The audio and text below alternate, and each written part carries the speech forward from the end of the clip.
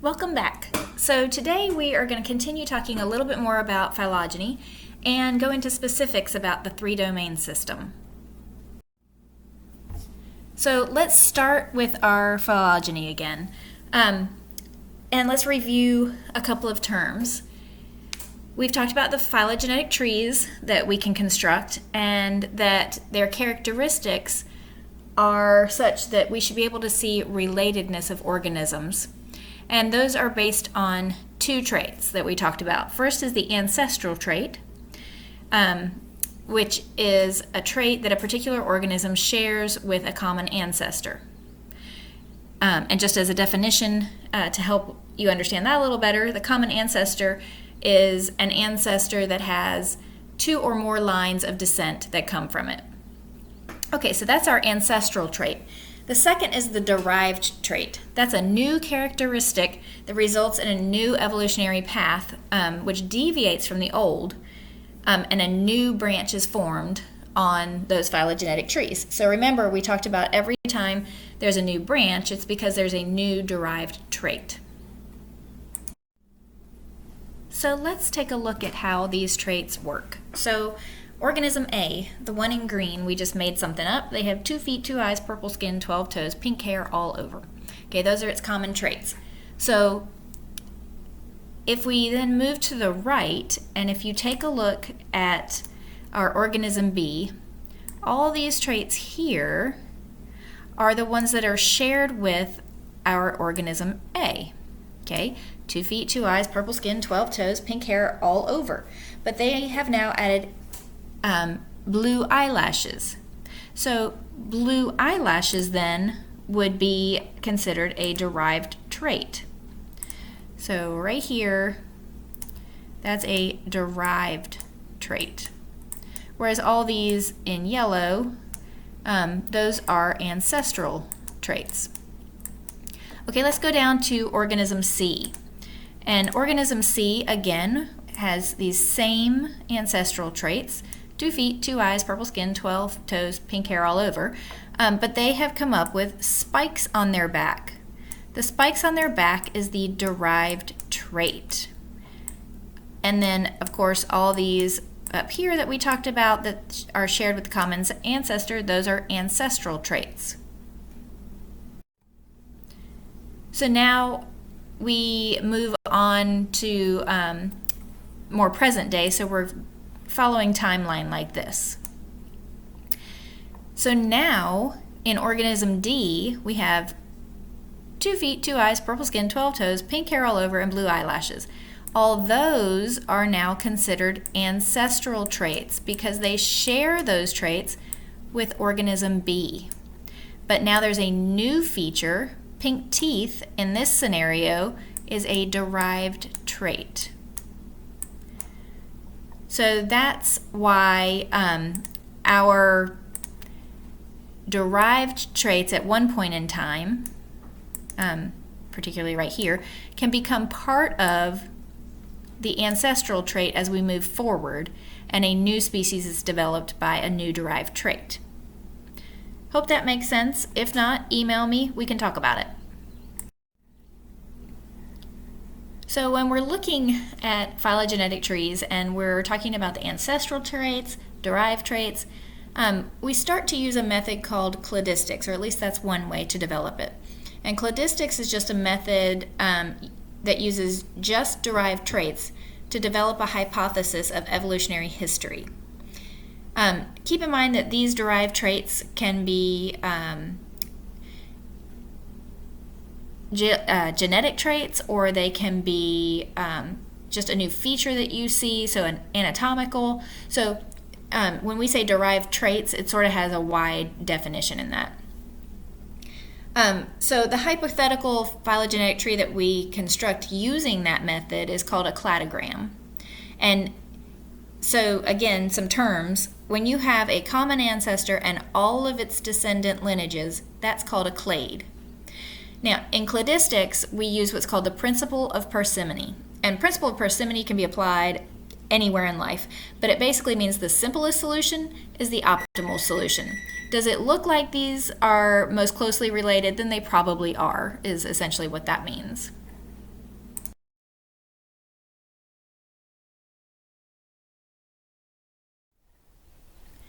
So the first thing we do when using cladistics is we are going to compare a group of organisms called the in-group against what we call the out-group.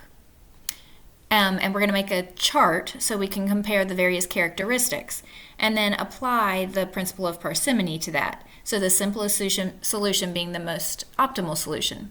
And in this case, that means that the organisms that share the most derived traits are the ones that are most closely related to the outgroup. So let's take a look at this chart. So to start with, our outgroup that we're comparing things to is called a lancelet. You'll get to know what that means later. If you don't already, we're going to be looking at those very closely in lab a little further on.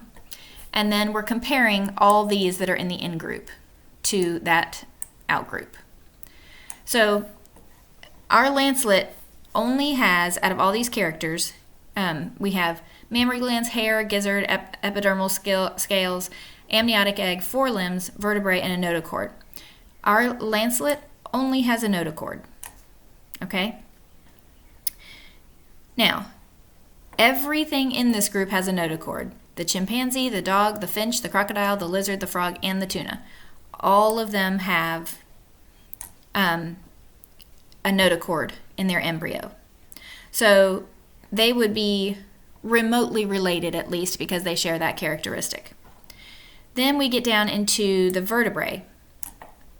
Well, all of them have that as well. So far, our group, other than the lancelet, all have a vertebrae and a notochord. Okay? As we work our way up the chart, we'll start dropping out organisms. So for forelimbs, obviously a tuna does not have that. So the tuna would not be as closely related to the rest of the group. And then, again, the next one, the amniotic egg, the frog is now not as closely related to the group that would include lizards, crocodiles, finch, dogs, and chimpanzees, and so on and so forth. So what does that look like when we put that into a phylogenetic tree?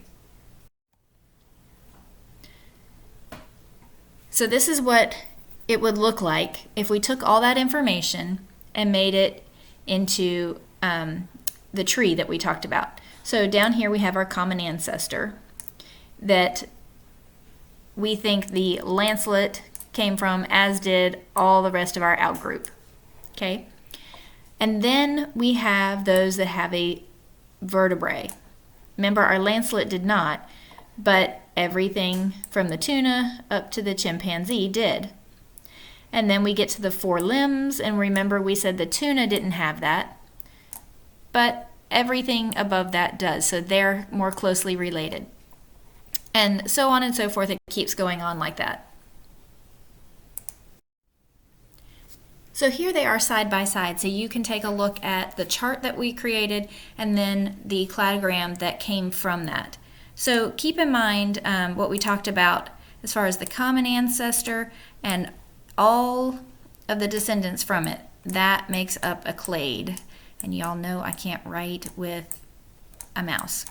Anyway, so that's what the clade is. So you should pause the video and just take a moment to compare the two and see how we came up with this cladogram.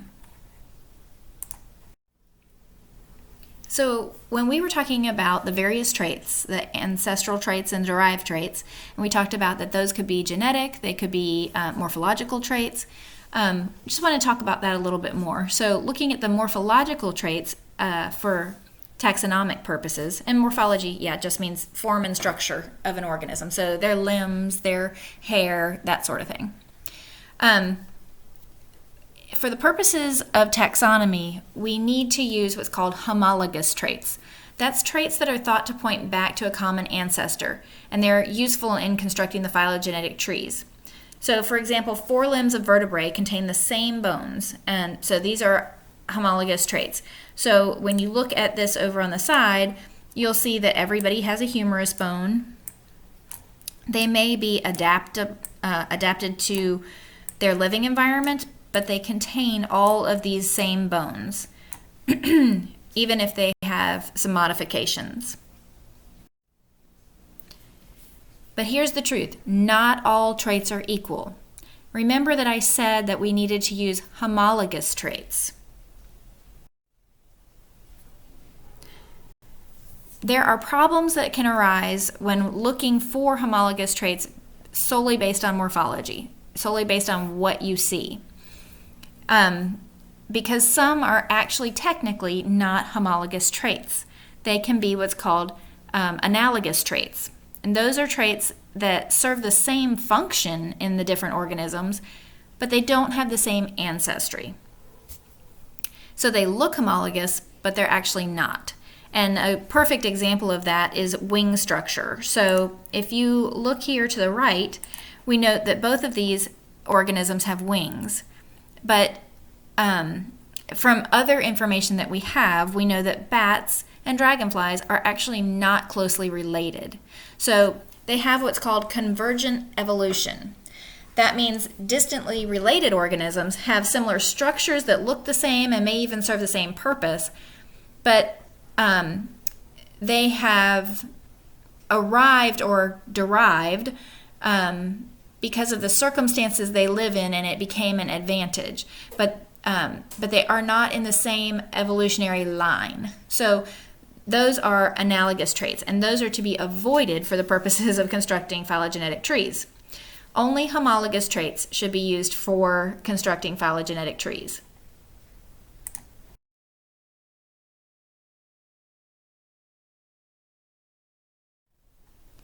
So now we're moving on into looking at the three-domain system. Now that we've talked about how do we know who's related to who, let's back out into a full-scale view. So all of life, all living things possess the following characteristics. They can maintain a stable internal environment, that's called homeostasis. There's a high level of organization. They practice metabolism, growth, they can adapt to their environment and respond to stimuli, and they can reproduce. So cells are the building blocks of life. You either have one cell or multiple cells. Without cells, the thing that you're looking at is not considered living. So based on those definitions of what a living organism has to be able to possess as traits, take a look at this picture and take a moment and write down which of these you think are actually alive and which are not. There are 4 different organisms, and I will tell you that not all of them are actually organisms. So pause the video, take notes, and figure out which one you think is not alive. Okay, I'm going to assume that you paused the video. So the virus is not alive, and we're going to talk a whole lot about viruses later, so just know that it does not possess all of the features that we saw in the slide previous to this one.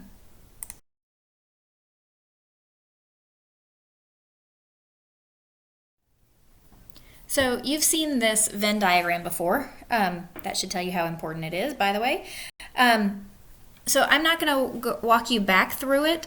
You can look at our previous video and go through that if you'd like, but just to show that we are looking at 3 different domains: eukarya, bacteria, and archaea. So one of the things that we talked about was the differences in membranes. So bacteria and eukaryotes have a lipid bilayer. And some archaea, and that should really probably say most archaea, have what's called a lipid monolayer. So when you're looking at it, what should jump out to you is there's this space right here in a lipid bilayer that of course we don't have in the monolayer. And it's thought that because the archaea live in such extreme environments that the monolayer itself is a stronger membrane to make sure that it doesn't cave or doesn't break down under extreme environments.